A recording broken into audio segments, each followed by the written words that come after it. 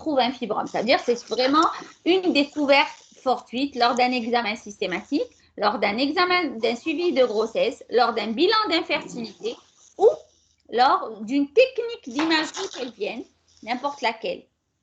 Alors, ou bien, ça c'est la majorité des fibromes. Maintenant, il y a certains fibromes qui se manifestent cliniquement. Ils vont se manifester par quoi? Un saignement anormal, des ménorrhagies ou des métrorragies.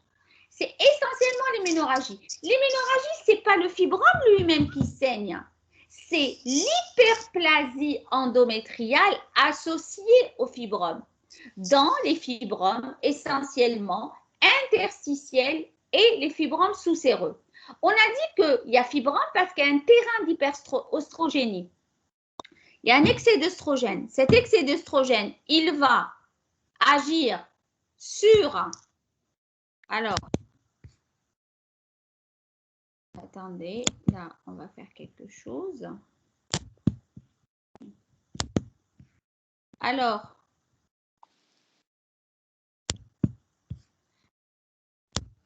vous avez les œstrogènes. Ils vont agir sur quoi? Il y a l'utérus, il y a l'endomètre.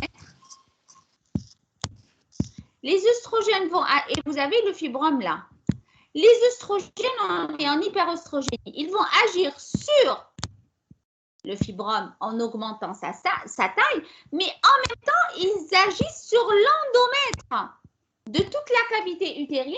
Et vous avez fait ça dans le cycle menstruel. Les œstrogènes entraînent une croissance de l'endomètre, une prolifération endométriale, alors que les progestatifs entraînent une maturation endométriale. Alors là, on aura les ménorrhagies sont dues à l'hyperplasie endométriale en rapport avec l'hyperostrogénie. Les métrorragies, c'est quand? Les métrorragies, c'est quand vous avez un myome intracavitaire. Pourquoi? Parce que le myome intracavitaire, il est en dessous de l'endomètre et il va entraîner une néovascularisation qui, elle va saigner en dehors des règles. Ça, c'était le saignement. Après, on a les douleurs pelviennes. Les douleurs pelviennes vont être différentes en fonction du siège du myome. On a soit une pesanteur accentuée pendant la période menstruelle. Et ça, c'est essentiellement les gros fibromes du fond. C'est un poids. Elle a un poids dans le ventre, c'est pesanteur. Après, on peut avoir aussi des dysménorrhées. Les dysménorrhées, c'est essentiellement les fibromes du col ou de l'isthme. Pourquoi? Parce qu'ils vont gêner, comme regardez celui-là.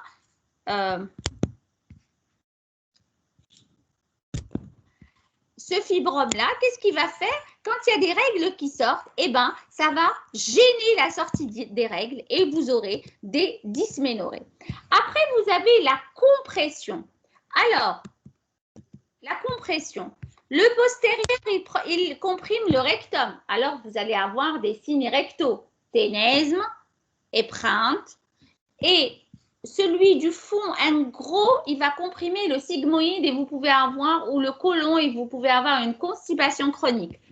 L'antérieur va vous comprimer la vessie et vous allez avoir des signes urinaires à type de pollakiurie, dysurie.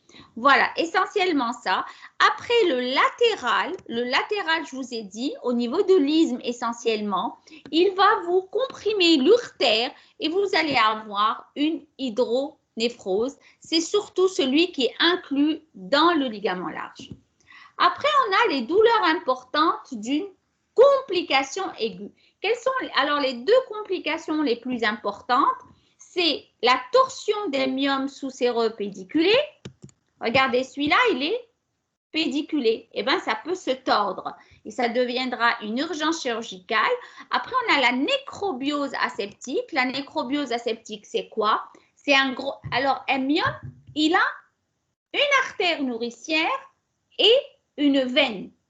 La compression de l'artère nourricière, qu'est-ce qu'elle va donner? Si on comprime l'artère qui nourrit n'importe quel organe, eh ben, il va se nécroser. Et c'est ce qu'on appelle la nécrose aseptique par compression de l'artère nourricière du fibrome. Alors, on récapitule.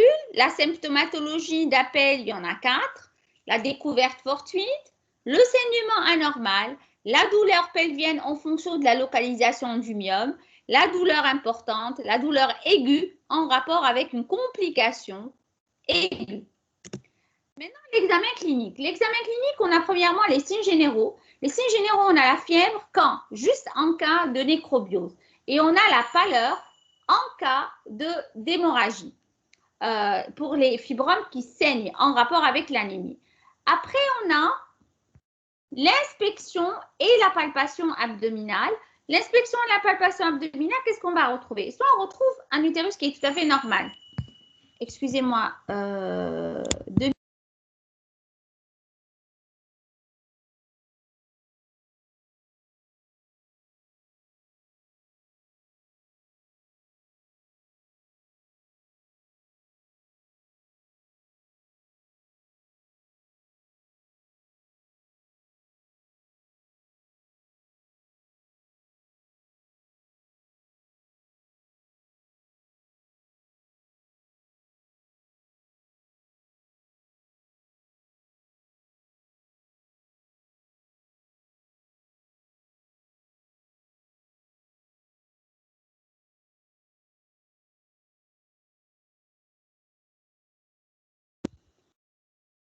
on reprend.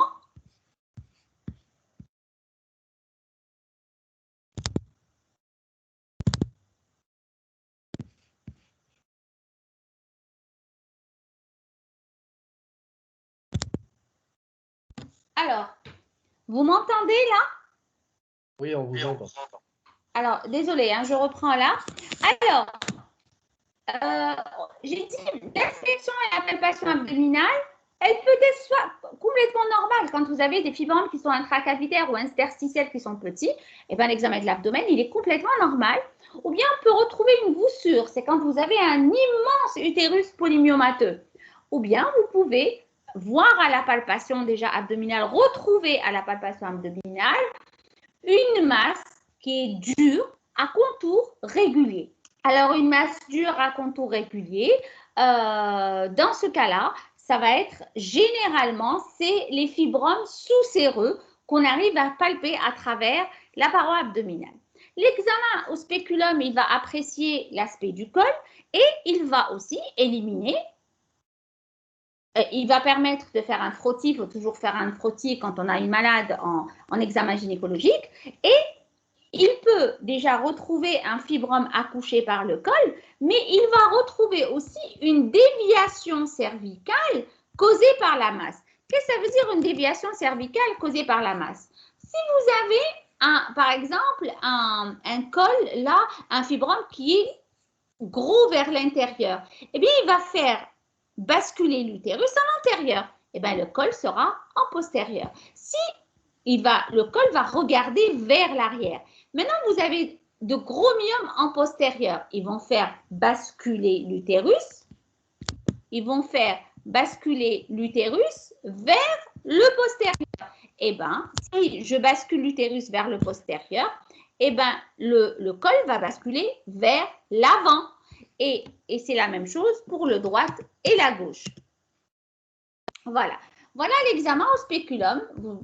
Voilà un spéculum qu'on met à l'intérieur du vagin pour regarder le col. Qu'est-ce qu'on va voir? Voilà, ça c'est un fibrome qui est accouché par le col, qu'on reconnaît très très bien à l'examen direct. Le toucher vaginal combiné au palpé abdominal, il va explorer le col, le corps utérin et les cul-de-sac vaginaux. Il peut être normal chez l'obèse et en cas de myome qui ne déforme pas la cavité. Comme je vous ai dit, si vous avez un petit fibrome qui est interstitiel ou intracavitaire, votre cavité reste identique. Votre utérus garde sa taille normale. Alors du coup, vous n'allez rien trouver. Il peut être augmenté de volume, ferme, à contour régulier, quand le contour est régulier, quand le fibrome, il est à l'intérieur, interstitiel ou intracavitaire ou sous-muqueux. Mais s'il contient plutôt des fibromes sous-séreux, eh ben, il va être bosselé. Avec en surface une ou plusieurs saillies rondes, indolores, fermes, voire dures, solidaires du corps utérin. Solidaire du corps utérin, ça veut dire quoi? Ça veut dire que quand vous allez mobiliser votre col avec les deux doigts, la masse qui est en haut, elle va être mobilisée elle aussi. Ça veut dire que les mouvements que vous donnez au col vont être transmis au corps. Le fibrome sous-séreux présente les caractères cliniques d'une masse alexienne. Le sous-séreux pédiculé, là, je n'ai pas mis pédiculé, c'est une faute. C'est le fibrome sous-séreux pédiculé qui présente les caractères cliniques d'une masse alexienne. Pourquoi? Parce qu'il est complètement détaché du corps. Il est juste rattaché par un petit fil qui est le pédicule. Voilà. Alors, regardez, là, quand on touche, on touche le col par voie vaginale et on empomme l'utérus par la main qui est posée au niveau de l'hypogastre. Et qu'est-ce qu'on va avoir? Et je vous ai dit, on peut soit avoir un gros utérus irrégulier, regardez comme celui-là, regardez. C'est un utérus, voilà l'utérus, et vous avez encore ici un gros myope. C'est un utérus bosselé. Il n'est pas régulier, il est bosselé. Et les mouvements du col, quand on bouge le col, eh ben, ces mouvements sont transmis vers le corps. Il n'y a pas de sillon entre les deux. C'est un fibrome qui fait corps avec l'utérus. Et regardez, si maintenant votre fibrome est au fond et vers le postérieur, eh bien, votre col, il va regarder vers l'avant. Alors, cliniquement, si on récapitule, on a la symptomatologie d'appel qui est découverte fortuite, saignement, douleurs différentes en fonction de la localisation, pesanteur ou des signes de compression urinaire, urétérale et ou rectale. Après, on a la douleur aiguë en cas de complication aiguë. Après l'examen clinique proprement dit, soit il est totalement normal, soit vous allez retrouver au spéculum un col accouché par le col, un myome accouché par le col, une déviation cervicale et au toucher vaginal combiné au palpé, vous allez retrouver soit un utérus normal, soit vous allez retrouver un utérus qui est complètement bosselé avec la perception de masse dure, ferme, et le mouvement du col est transmis, les différents mouvements du col sont transmis à cette masse. Sauf dans le cas d'un fibrome sous-séreux pédiculé où les caractères cliniques de ce fibrome sont identiques aux caractères d'une masse annexielle. Alors, après l'examen clinique, on passe aux examens complémentaires. L'échographie. L'échographie, c'est l'examen de référence pour le diagnostic du fibrome. Alors, elle doit se faire quand? En première phase du cycle, par voie abdominale pour les gros fibromes et transvaginale pour les petits. Alors, pourquoi en première phase? Parce que c'est là où on a le maximum d'œstrogène et c'est là où on va vraiment bien révéler cette image échographique de fibrome. Qu'est-ce qu'on va retrouver? On va retrouver un utérus qui est augmenté de volume, à contours irréguliers, d'écostructures hétérogènes, et on va apprécier surtout les caractères du myome. Elle doit dire son aspect, le nombre, elle va donner une cartographie des fibromes, leur nombre, le type par rapport à la paroi, ça veut dire interstitiel, sous-séreux, sessile, pédiculé, sous-muqueux, intracavitaire. La localisation antérieure, postérieure, phendique, ismique. Et on apprécie la déformation de la cavité utérine et en s'aidant si nécessaire par une hystérosonographie. Alors, cette image, voilà, c'est une échographie endovaginale. Voilà l'utérus, voilà le fond utérin, l'isthme utérin, la cavité utérine. La cavité, c'est l'endomètre. Ici, on a un double feuillet endométrial. On est en début de phase œstrogénique. Et voilà le myome. Remarquez bien cette structure et celle-là. C'est pas la même. On a une structure qui est avoisinante, mais elle est différente. Si on doit le classer, il est où? Il est interstitiel, essentiellement interstitiel. Il déforme un petit peu la cavité vers l'extérieur, mais il est essentiellement interstitiel. Voilà, il est où? Il est plutôt, il est postérieur, il n'est pas au fond, il est plutôt vers l'isthme, il est postérieur. Parce que là, c'est l'antérieur. Alors, cette image-là, c'est un autre utérus. Regardez celui-là, voilà l'utérus, voilà le col par là. Ça, c'est le corps utérin, la cavité. Regardez ce fibrome est où? Il est au niveau du fond et vers l'antérieur et il est sous-séreux parce que regardez, voilà l'utérus complètement. Il est sous-séreux, mais regardez sa base d'implantation, elle est large. Alors, on dira que c'est un sous-séreux sessile. Alors, on a dit, elle va faire le diagnostic du fibrome. La structure, elle avoisine un petit peu celle du myomètre, mais elle est un peu plus dense, c'est un peu plus noir. Et elle va donner sa localisation. Il est phendique, antérieur, et son type, il est sous-séreux, sessile. Par contre, regardez celle-là. Regardez celui-là. Celui-là, on a fait ce qu'on appelle une hydrosono. Ça veut dire qu'on a injecté du sérum salé à l'intérieur de la cavité utérine. Et ça a donné quoi? On a identifié un fibrome qui est complètement intracavitaire. C'est un fibrome sous-muqueux complètement intracavitaire. Et par contre, regardez celui-là. Il est sous-muqueux, il est là le fibrome. Il dévie la cavité utérine. On était obligé de céder par une hydrosono pour remplir un petit peu la cavité. Et là, on regarde que cette cavité est déviée. Il bombe dans la cavité. C'est un petit fibrome sous-muqueux. Alors, on a dit le premier examen complémentaire, c'est l'examen le plus important, c'est l'échographie. Le deuxième, c'est l'hystéroscopie diagnostique.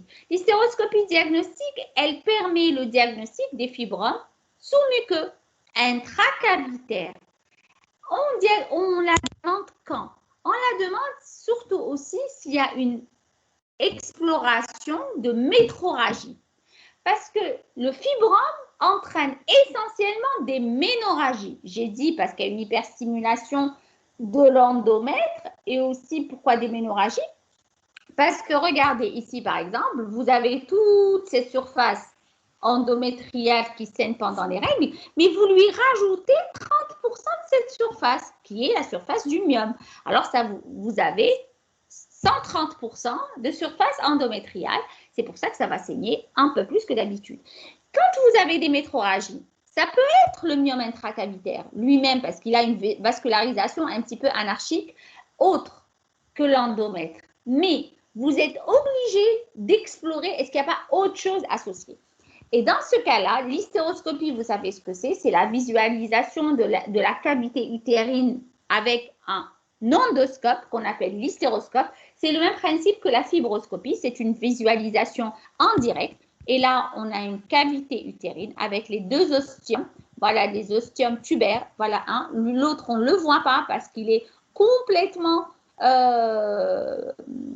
recouvert par ce fibrome. Alors, et là, on a un fibrome intracavitaire qui est où? Qui est phendique, périostial. Il est à droite. Alors, le troisième examen complémentaire, c'est l'hystérosalpingographie. L'hystérosalpingographie, actuellement, n'a pas d'indication pour l'exploration de fibromes. Elle ne sera indiquée que quand il y a une infertilité associée. Ça veut dire qu'on veut explorer les trompes Et on se retrouve avec et on explore les trompes et en parallèle, elle va explorer la cavité utérine. Alors, elle va apprécier essentiellement le retentissement du myome dans cette cavité et la perméabilité tubaire. Regardez par exemple, voilà la cavité utérine. Vous savez, quand on injecte le produit radio-opaque, il se manifeste en blanc et on aura une image de soustraction. Voilà l'image en blanc et on aura une image de soustraction. C'est le fibrome. Ce fibrome-là, c'est un fibrome intracavitaire. Et regardez, la trompe est là, et on a une opacification de la trompe. Voilà. Voilà le fibrome. C'est une image de soustraction à l'opacification intracavitaire. Alors, le myome, alors on a dit que l'avantage de cet examen, ça sera essentiellement pour les myomes sous-séreux. Pour les myomes plutôt intracavitaires. Le myome sous-séreux, il ne sera pas du tout exploré par cette méthode, puisque il est complètement loin de la cavité utérine. Les myomes interstitiels, ils auront des signes indirects, c'est des images d'empreinte, c'est-à-dire vous allez avoir une petite teinte ici, ou bien une cavité qui paraît agrandie ou soufflée. Et le myome sous-muqueux, c'est une lacune intracavitaire, c'est une image de soustraction. Alors, l'IRM et le scanner sont uniquement indiqués quand vous avez un doute pour les fibromes sous-séreux pédiculés. Est-ce que vous avez une image? Est-ce que c'est une origine ovarienne ou une origine myomateuse? Parce qu'il existe dans les masses d'origine ovarienne, les fibromes ovariens, ça existe. Et là, on ne sait pas, est-ce que c'est d'origine ovarienne ou d'origine utérine. Après, l'IRM, elle donne une cartographie exacte des myomes. L'IRM est demandé dans les gros utérus polymyomateux en préopératoire pour savoir exactement qu'est-ce qu'on doit enlever comme fibrome. Après, on a l'échographie rénale. L'échographie rénale, elle est demandée quand vous avez des fibromes inclus dans le ligament large, les fibromes latéraux. Là, il y a une compression des urtères et on va apprécier le retentissement de cette compression sur l'urtère. Ça va être les hygronécroses. La FNS, la formule sanguine, elle va essentiellement rechercher une anémie en cas de ménorrhagie. On peut même demander un dosage de la ferritinémie. Alors, si on récapitule, comment on fait le diagnostic du fibrome? Le diagnostic du fibrome est suspecté à l'examen après un interrogatoire ou à l'examen clinique, mais cet examen clinique, on a dit, peut être dans 50% des cas tout à fait normal, mais ce qui fait le diagnostic du fibrome, ce qui donne ce diagnostic, c'est l'échographie abdominale et endovaginale. C'est ça qui donne le diagnostic du fibrome. Les autres examens complémentaires seront demandés en complémentarité à l'échographie. Alors, maintenant pour le diagnostic différentiel. Le diagnostic différentiel du fibrome se posera devant toute masse pelvienne, mais là c'est essentiellement la tumeur bénigne ou maligne de l'ovaire. Ça va se poser dans quel cas? Ça va se poser devant une masse, devant un fibrome pédiculé. C'est le fibrome pédiculé, sous-séreux pédiculé, qui pose le problème d'une tumeur bénigne ou maligne de l'ovaire. Après, on a le sarcome utérin. Le sarcome utérin, c'est un fibrome malin, en dégénérescence maligne. Là, qu'est-ce qui va nous faire penser à ce sarcome utérin? C'est l'évolution très rapide. Le fibrome augmente de taille très lentement. Alors que le sarcome utérin, vous faites une échographie aujourd'hui, vous avez un fibrome à peu près de 4 cm. Vous allez faire une échographie un mois après, vous allez trouver un fibrome de 8 cm. Et après, on a la structure qui change. un fibrome, il a une structure homogène à l'échographie et un sarcome a une structure hétérogène, lacunaire. Maintenant, se posera aussi le diagnostic différentiel devant des saignements anormaux. Ça va être avec le cancer du col, le cancer de l'endomètre et le cancer de l'ovaire. Le cancer du col, c'est l'examen clinique, vous allez retrouver des saignements de contact. Le cancer de l'endomètre, il n'y a pas de ménorrhagie, c'est des métrorragies. Et le cancer de l'ovaire, c'est aussi des métrorragies. Alors, maintenant, quelles sont les formes cliniques? On a les formes topographiques. Les formes topographiques par rapport aux différents segments de l'utérus. Le corps utérin, il va se manifester essentiellement par une symptomatologie douloureuse à type de pesanteur, l'isthme, dysménorrhée, le col, généralement, c'est pareil, dysménorrhée. Maintenant, par rapport à la paroi de l'utérus, les fibromes sous-séreux, ils vont avoir des complications mécaniques et ça va être en fonction de leur situation. Antérieure, c'est les complications vésicales, postérieure, complications rectales, latérales, c'est les complications urétérales. Après se posera aussi le problème diagnostique différentiel avec les masses annexielles en cas de fibrome sous-séreux pédiculé. Après, on a les fibromes interstitiels qui donnent juste une augmentation du volume de l'utérus. Les sous-muqueux, ils sont hémorragiques. Quand vous avez un fibrome très hémorragique, recherchez toujours un fibrome sous-muqueux. Maintenant, par rapport au pelvis, on a dit, c'est ce que je viens de dire. Alors, après, on a les formes particulières, les fibromes et grossesse. Pendant la grossesse, le fibrome, il peut être à l'origine d'avortement spontané, d'accouchement prématuré. Pourquoi l'avortement spontané? Parce que le fibrome, il va vous diminuer la contenance de la cavité utérine. Ça le bébé, quand il va commencer à grandir, ça ne lui suffira pas, ça va s'avorter. L'accouchement prématuré, c'est la même chose. Quand vous avez beaucoup un utérus polymyomateux, à un certain moment, l'utérus ne peut pas se distendre et ne peut pas augmenter de volume et il y aura un accouchement prématuré. La rupture précoce des membranes, pourquoi? Parce que quand il y a des contractions en fin de grossesse, les contractions, elles seront harmonieuses. Et le fait qu'il y ait des fibromes, c'est comme si que l'onde contractile à un certain moment a été cassée. Et quand elle est cassée, la transmission aux membranes ne va pas être bonne et ça se rompra. On a l'hypotrophie fœtale. L'hypotrophie fœtale, pourquoi? Parce qu'en regard du placenta, vous savez que le placenta arrive jusqu'au tiers interne du myomètre. Maintenant, si vous avez un fibrome, la vascularisation ne sera pas très très bonne et le placenta, il ne sera pas bien nourri et du coup, vous allez avoir une hypotrophie par hypoxie fœtale. L'augmentation, ça c'est le retentissement par rapport à la grossesse. Maintenant, par rapport au fibrome lui-même, qu'est-ce qu'il peut avoir? Une augmentation du volume du fibrome parce que la grossesse est un terrain d'hyperostrogénie. La nécrobiose aseptique. Pourquoi la nécrobiose aseptique? Parce que je vous ai dit, la nécrobiose est due à quoi? Elle est due à un arrêt du flux artériel. Quand il y a l'augmentation de la taille de l'utérus en rapport avec la grossesse, à un certain moment, ça va comprimer l'artère du fibrome, il y aura nécrose. Après, on a les anomalies de la présentation, parce que surtout dans les fibromes isthmiques, ça va donner l'obstacle prévia. Pendant l'accouchement, vous allez avoir le myome isthmique qui peut donner un obstacle prévia indiquant une césarienne. Après, on a les dystocies dynamiques.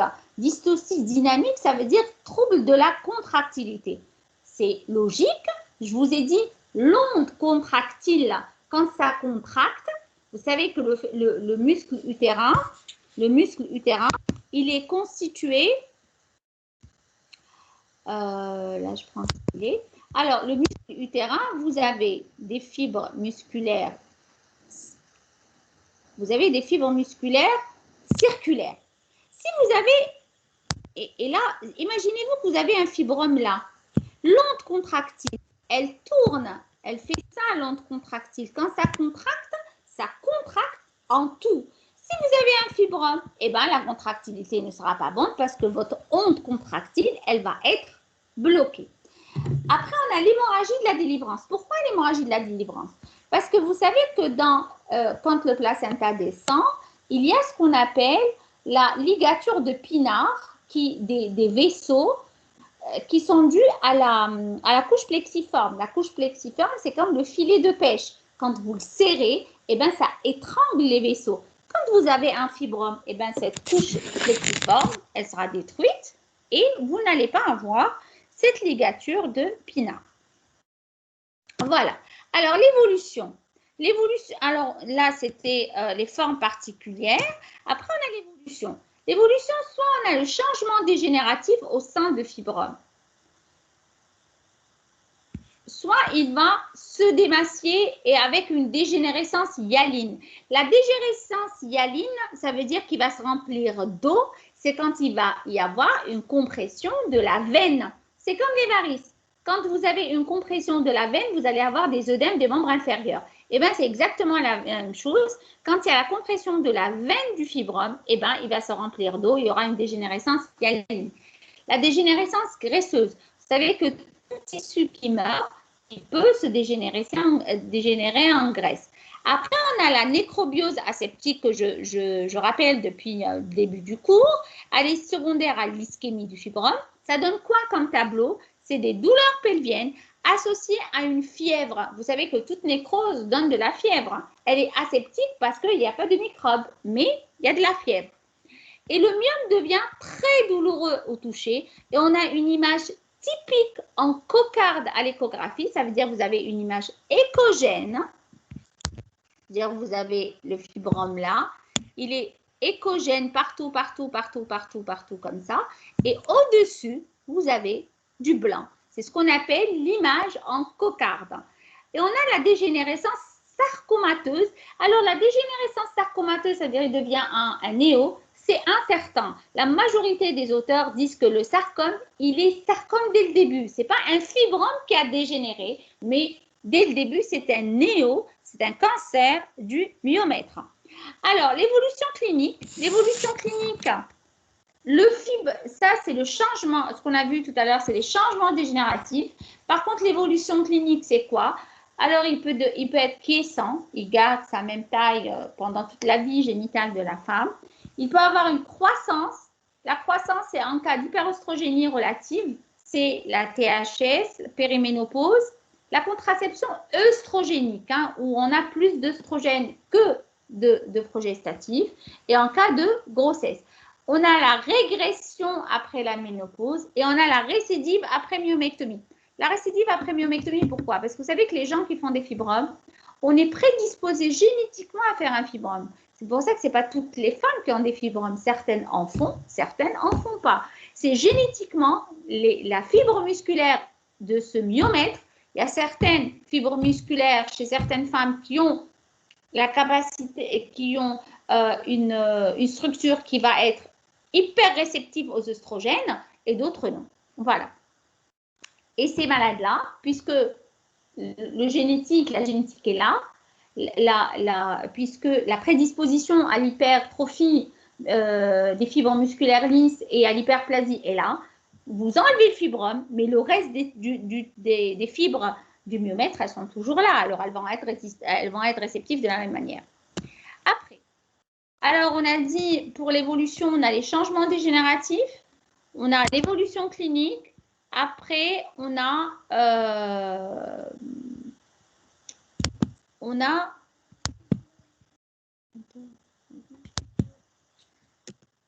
les complications. Qu'est-ce qu'on peut avoir comme complications? On a les complications hémorragiques, c'est qui? C'est les myomes sous-muqueux.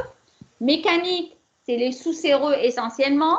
Après, selon la localisation. Urétérales, les fibromes sous-séreux antérieurs. Vésicales, les sous-séreux, urétérales, pardon, c'est les ligaments larges. Vésical, c'est le sous-séreux antérieur. Le rectal, le sous-séreux postérieur. Les veineux, avec œdème des membres inférieurs, plus rarement phlébites. Nerveux, c'est les sciatalgies. la compression veineuse et les sciatalgies. On a les complications mécaniques, on a aussi la torsion aiguë du myome sous-séreux pédiculé. Là, c'est une urgence chirurgicale, c'est un abdomen chirurgical. On a les complications infertilité. L'infertilité, c'est essentiellement les fibromes intracavitaires qui sont incriminés dans l'infertilité.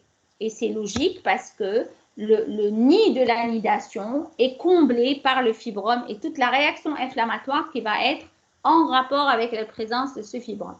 Après, on a les complications obstétricales, c'est les complications qu'on a déjà citées tout à l'heure. Le traitement. Alors, quel est le traitement du fibrome?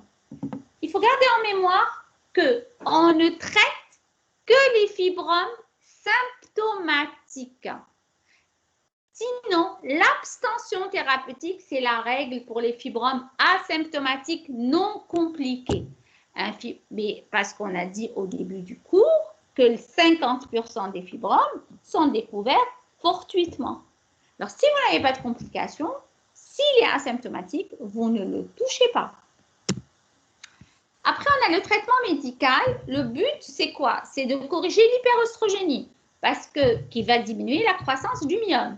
Et qui va aussi, l'hyperoestrogénie, c'est elle qui va agir sur la symptomatologie. Mais elle ne pourra jamais le faire disparaître parce que c'est un tissu.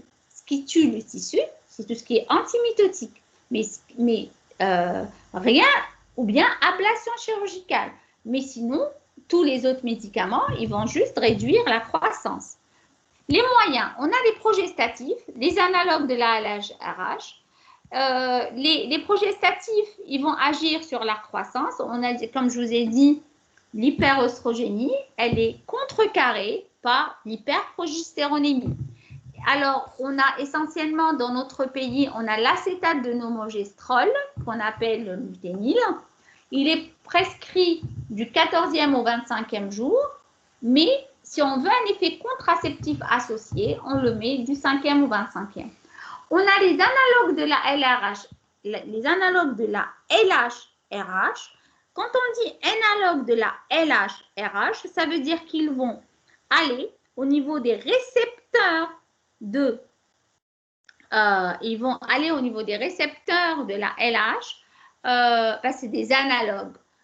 Et ils vont bloquer, ils vont aller au niveau des récepteurs de la GnRH. Et ils vont complètement bloquer ces récepteurs et l'hypophyse va être insensible à l'action de la GnRH hypothalamique. Et du coup, il n'y aura ni sécrétion de FSH, ni sécrétion de LH. Et si vous avez ni sécrétion de FSH, ni sécrétion de LH, alors vous allez avoir quoi? Vous allez avoir une ménopause iatrogène. Et puisque vous allez avoir une ménopause iatrogène, vous ne pourrez pas dépasser 3 mois parce que vous allez avoir une hypoœstrogénie très importante avec toutes les complications générales de l'hypoœstrogénie. C'est pour ça que cette prescription est limitée à 3 mois et elle ne sera que pour les fibromes en préopératoire. Alors, les indications, on donne un traitement médical par progestatif pour les fibromes symptomatiques, peu volumineux et non compliqués, ça veut dire où il n'y a pas d'indication d'ablation, en préopératoire, en cas de myome très volumineux par les analogues, parce que ça va réduire de moitié et ça aura comme effet une intervention qui sera beaucoup plus simple. Maintenant, le traitement chirurgical, la méthode, c'est la conservatrice, on a la myomectomie, par célioscopique, par laparotomie, par voie vaginale. C'est essentiellement la célio, c'est pour les myomes sous-séreux inférieurs à 8 cm avec le nombre inférieur à 3. Mais la majorité, c'est par laparotomie. La voie vaginale, c'est uniquement pour les fibromes ismiques postérieurs. Et on a la résection hystéroscopique en cas de myome sous-muqueux inférieur à 5 cm. Après, on a les méthodes radicales, c'est l'hystérectomie quand on a une malade, une femme qui est ménopausée ou en périménopause. Les indications, c'est uniquement les myomes compliqués. Par quoi? le volume supérieur à 10 cm ou toutes les autres complications suscitées. Ça veut dire les complications compressibles, l'infertilité, les complications gravidiques. Toutes ces complications indiquent la myomectomie. Alors, on a dit il y a un traitement médical, le traitement chirurgical et le dernier traitement, c'est l'embolisation. Alors, l'embolisation, c'est quoi? C'est l'obstruction de la vascularisation du fibrome par injection de particules sous contrôle radiologique. On va visualiser l'artère nourricière du fibrome et on va l'obturer par des particules particulières. Ça va entraîner la nécrose du myome et ça va arrêter complètement sa croissance, même il va complètement dégénérer, décroître. Alors, l'embolisation, parmi ces risques, c'est d'emboliser l'artère ovarienne et ça entraînera une ménopause précoce chez la femme. C'est pour ça que l'embolisation n'est pas indiquée, n'est pas recommandée, si on veut, chez la femme très jeune et avec une infertilité ou désireuse de grossesse, parce que si par malheur on injecte dans l'artère ovarienne, eh ben, il y aura une ménopause et du coup, la femme ne pourra plus jamais avoir d'enfant. Voilà, on a fini le cours. Est-ce que vous avez des questions?